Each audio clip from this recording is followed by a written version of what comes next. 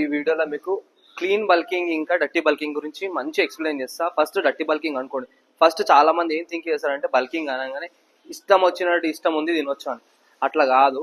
ఇష్టం వచ్చింది ఇష్టం ఉన్నట్టు తిన్నాం అనుకో బాడీ అనేది బల్క్ అవుతుంది, కానీ దాంతో పాటు మీ ఫ్యాట్ అనేది ఇంక్రీజ్ అవుతుంది. అది మీది బల్కింగ్ క్లీన్ బల్కింగ్ కిందికి రాదు.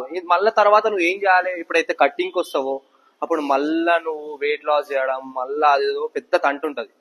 సో పోతే గనక ఒకవేళ మీరు బల్కింగ్ చేయాలనుకుంటే ఒకటే గుర్తు పెట్టుకోరు, కుల్లా బ్లైండ్ గా ఫిక్స్ అయిపోరు. బల్కింగ్ చేయాలంటే ఇష్టం వచ్చిన తిండి అనేది తినొద్దు.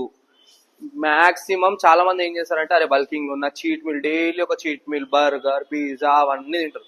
అవన్నీ తింటే బల్కింగ్ కానే కాదు. అయినా కనుక ఫ్యాట్ అనేది గెయిన్ అవుతుంది, మజిల్ అనేది గెయిన్ కాదు. సింపుల్ గా మీకు క్లీన్ గా బల్కింగ్ ఎట్లా చేయాలంటే ఫస్ట్ మీరు ఏదైతే క్యాలరీస్ నార్మల్ గా ఎప్పుడైతే స్ట్రిక్ట్ డైట్లు ఉన్నారో అది కాకుండా నార్మల్ గా ఇంట్లో వెజిటేబుల్స్ అవి కాప్స్ అనేవి ఇంక్రీజ్ చేసుకోండి. అప్పుడు అంటే మీరు సాటిస్ఫాక్షన్ అవుతారు.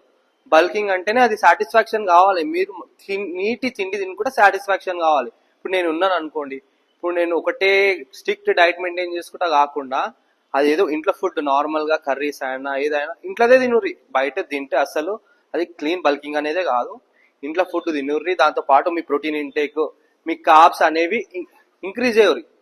అంతే తప్ప మీరు చీజులు బర్గర్లు యాడ్ చేస్తే మాత్రం బల్కింగ్ అనేది కాదు. ఏమంటారు, కొవ్వు ఒక్కటే నిండుతుంది.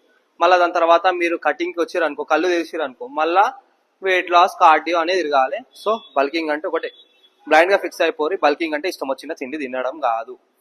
మీరు ప్రాపర్ గా తింటేనే మజిల్ అనేది బల్క్ అవుతుంది. కాప్స్ అనేవి ఇంక్రీజ్ చేసుకోండి. అవి గిట గుడ్ కాప్స్.